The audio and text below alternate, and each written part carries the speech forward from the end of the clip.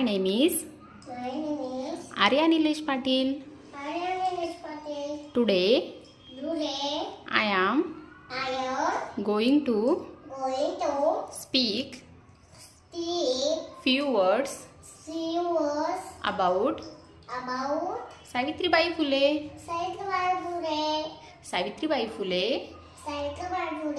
was India's first female teacher.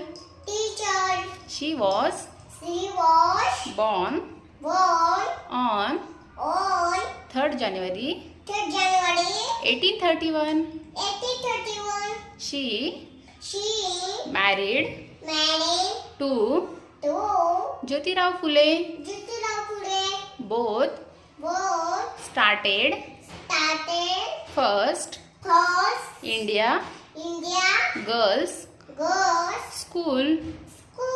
Her devotion has set an example and inspire many Indian women.